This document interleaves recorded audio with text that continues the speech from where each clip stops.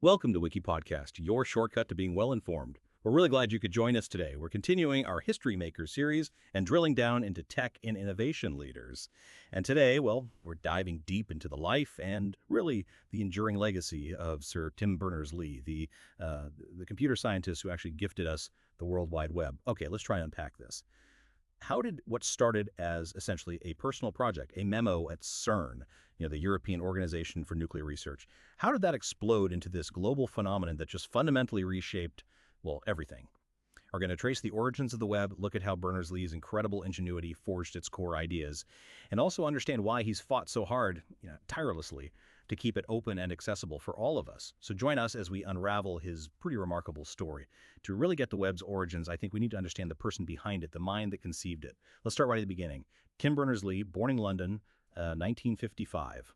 What were those early influences? Well, it's absolutely fascinating when you look at his family background. Yeah. His parents, Mary Lee Berners-Lee and Conway Berners-Lee, they were both really brilliant mathematicians and actually pioneering computer scientists. They worked together on the Ferranti Mark I. That was the first commercially built computer. Just imagine growing up in that house. Wow. Yeah, dinner table conversations must have been, about algorithms, logic gates, the very dawn of computing. It wasn't abstract for them. They were literally building it. And here's something really interesting I read. As a kid, he loved trains, a train spotter, right? Mm-hmm. And he apparently learned about electronics by fiddling with a model railway. Yes. That kind of hands-on curiosity, taking things apart, seems so fundamental to that. What do you think that early tinkering taught him? Oh, absolutely. That practical sort of figure-it-out-yourself curiosity definitely carried through. He went to the manual school, then the Queen's College, Oxford, got a first-class degree in physics, and while he was there, get this, he built his own computer. Yeah, from scratch. Well, almost. He used an old television set he bought from a repair shop, a soldering iron, some basic chips. It wasn't just like a weekend project. It showed this deep drive to understand how things worked, hardware, software, right from the ground up, long before the web was even a concept. That self-driven learning is such a theme. So after Oxford, where did he go? What path did this clearly brilliant mind take before ending up doing the groundbreaking stuff at CERN? What kinds of problems was he tackling then? Well, after graduating, his career started, and it leads some really diverse groundwork. First, he was an engineer at Plessey, a big telecommunications company down in Poole. Okay, telecoms. Right, so understanding networks, communication.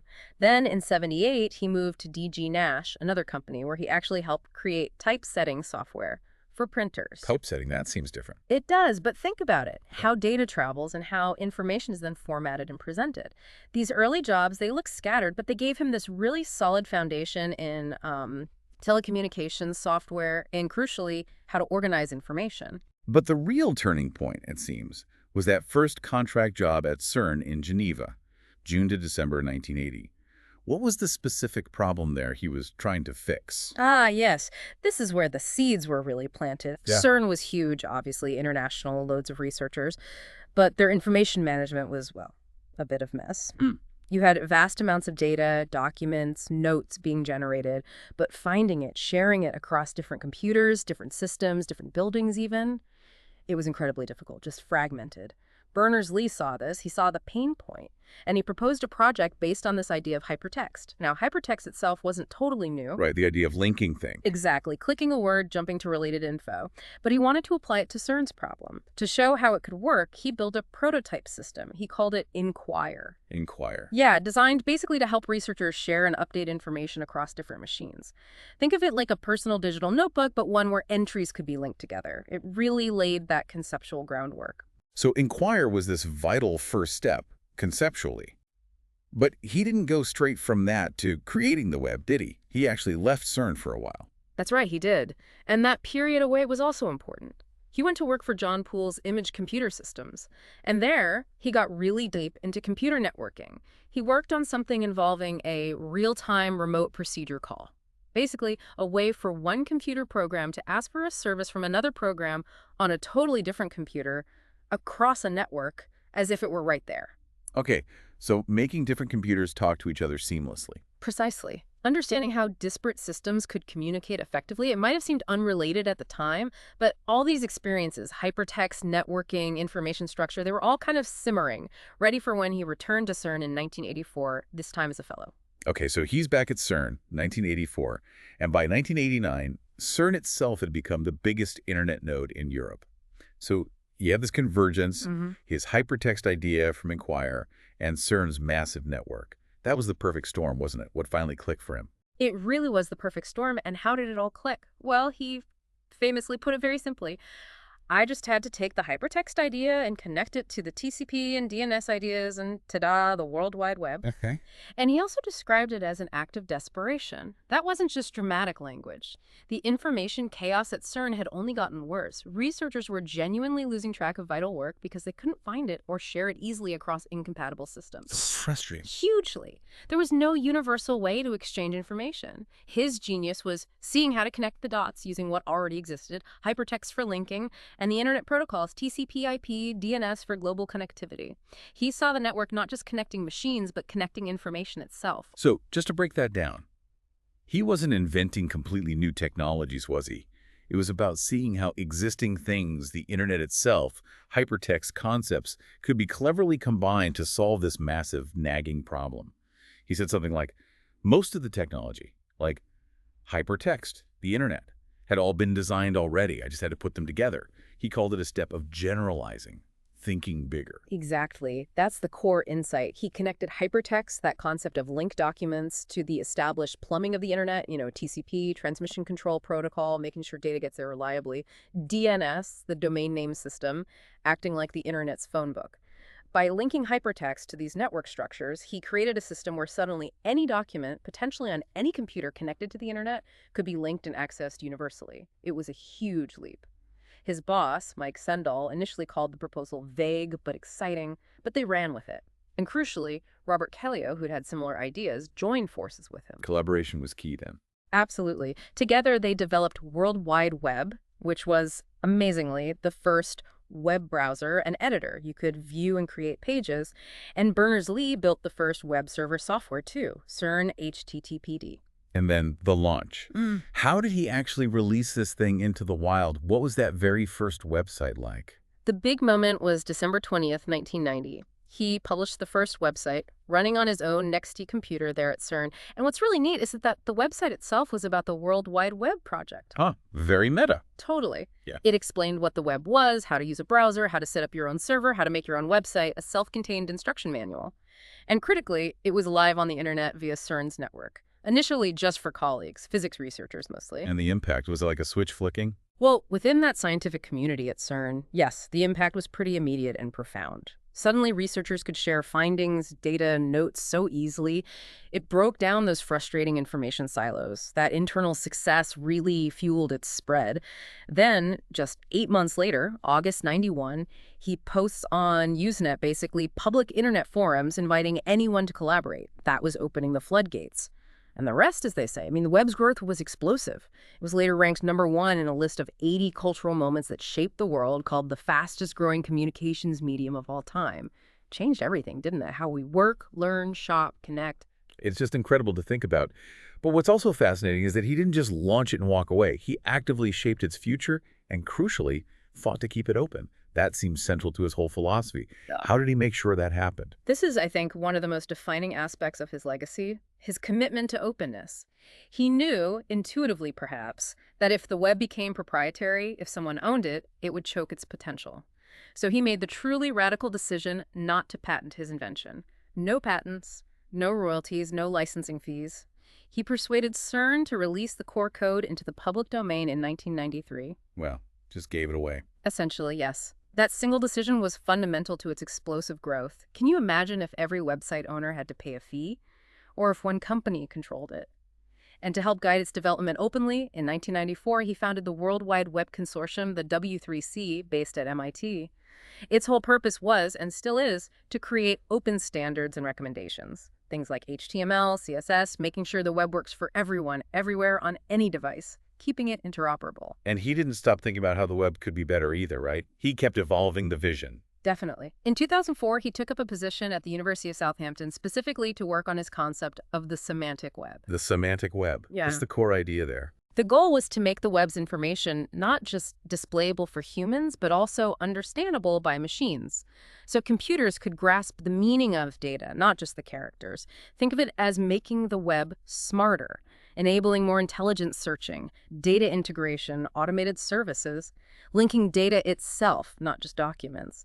And, speaking of evolving, he had that funny moment in 2009 where he admitted the double slashes, in web addresses. Oh, He yeah? said they were actually unnecessary. Just a little seemed like a good idea at the time kind of apology. Shows his pragmatic side, doesn't it? Even about his own monumental creation.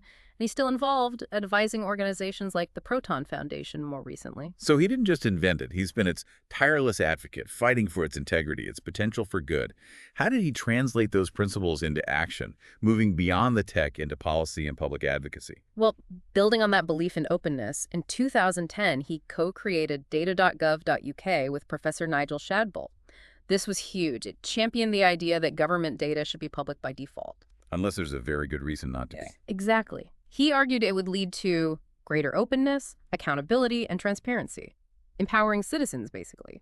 Giving people the raw data, crime stats, transport info, health data so they could understand issues better, hold institutions accountable, even build new tools and services, putting information power back in public hands. And that philosophy, the web, as this essential public utility, that led directly to him setting up the World Wide Web Foundation in 2009. Absolutely. And through the foundation, he became this really prominent, consistent voice for net neutrality. Right, the idea that all internet traffic should be treated equal. Precisely. He's always argued that internet service providers, the ISPs, should just provide connectivity, no strings attached.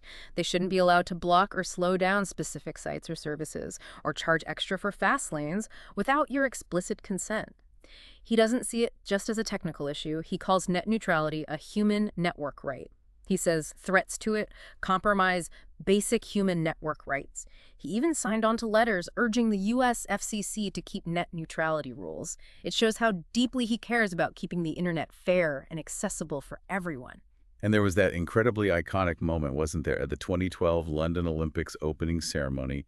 It really captured that for everyone's spirit. Oh, yeah, that was powerful. Honored as the inventor of the World Wide Web, he comes out with a vintage NeXT computer, the machine that served the very first website. Amazing. And then his tweet, just simple, "This is for everyone," displayed in lights across all the seats in the stadium, just a perfect, poignant message about the web's intended universal nature, really resonated globally. And he's kept pushing, hasn't he?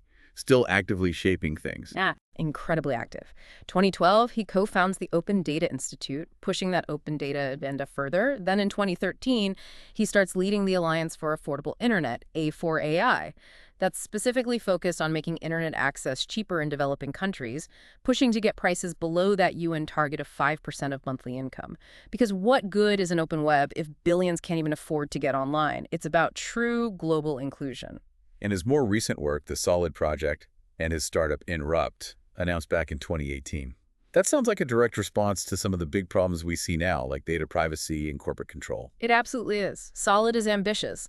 The goal is to fundamentally change how web apps work, giving users true ownership and control over their own data. How would that actually work? Okay, think about it now. Your data photos, messages, contacts, health info, it's all siloed away in different company databases, right? Facebook has some, Google has some, your bank has others. With Solid, the idea is you would have your own secure pod, a personal online data store.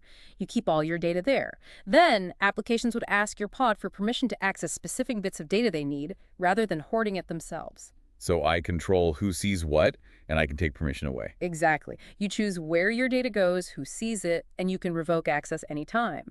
It's about flipping the model, putting the individual back in control, moving away from these huge data monopolies. It's a direct attempt to re-decentralize the web closer to its original vision. That feels like it brings us back to his core principles, and that commitment led to another big initiative in 2019, the Contract for the Web. It did, yes. He launched it with the Web Foundation. It's basically a global plan of action, a campaign asking governments, companies, and citizens to commit to 9 key principles. Things like ensuring affordable access, respecting privacy, keeping the internet available, but also responsibilities for companies not to profit from harmful content and for users to create positive online communities. It's a direct response to things like misinformation, state censorship, privacy abuses, all the ways the web is being misused. Yeah. He's acknowledging the problems, but calling for collective action to fix them and protect the web's positive potential. So when you step back and look at this whole incredible journey, the invention, the constant advocacy, what's his lasting legacy? How has the world actually recognized what this, let's face it, fairly unassuming computer scientist achieved? Well, the recognition has been immense, and rightly so. Time magazine summed it up pretty well back in '99. They said, he wove the World Wide Web and created a mass medium for the 21st century. He designed it. He loosed it on the world. And he, more than anyone else, has fought to keep it open, non-proprietary, and free. That captures both parts, doesn't it? The invention and the tireless fight to protect its nature. And he received huge honors from his home country, too. Knighted by the Queen in 2004, Sir Tim Berners-Lee. Indeed, for services to the global development of the Internet. And then, even more prestigious, appointed to the Order of Merit in 2007. That's a very rare honor, limited to just 24 living people, chosen personally by the monarch for exceptional distinction, real national recognition. Wow. And academically, technically, elected a Fellow of the Royal Society. And crucially, in 2017, he received the ACM Turing Award. It's basically the Nobel Prize for computing. Right. Specifically for inventing the web, the first browser, HTTP, HTML, the fundamental building blocks, plus honorary degrees from everywhere, Manchester, Harvard, Yale. His place in history is absolutely secure. And personally, he seems quite private, but what little glimpses do we have? He does keep work and personal life fairly separate, as he said. He married Nancy Carlson, an American computer programmer, back in 1990. They had 2 children together. Then in 2014, he married Rosemary Leith. And what's fascinating there is she actually co-founded the World Wide Web Foundation with him, so their partnership clearly extends into their shared mission for the web. They even collaborate on venture capital for AI companies now. A real partnership. Seems like it.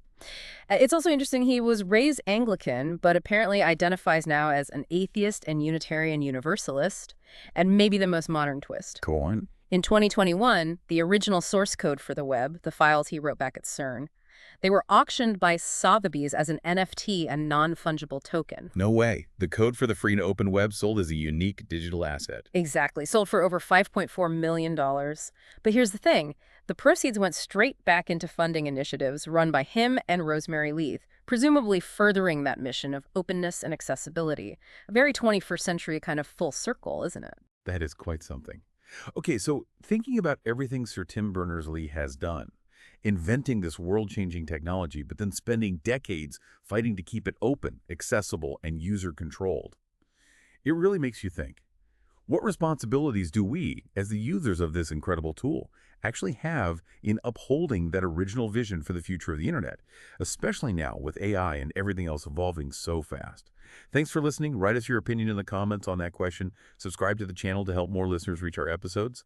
Thank you, and have an amazing day.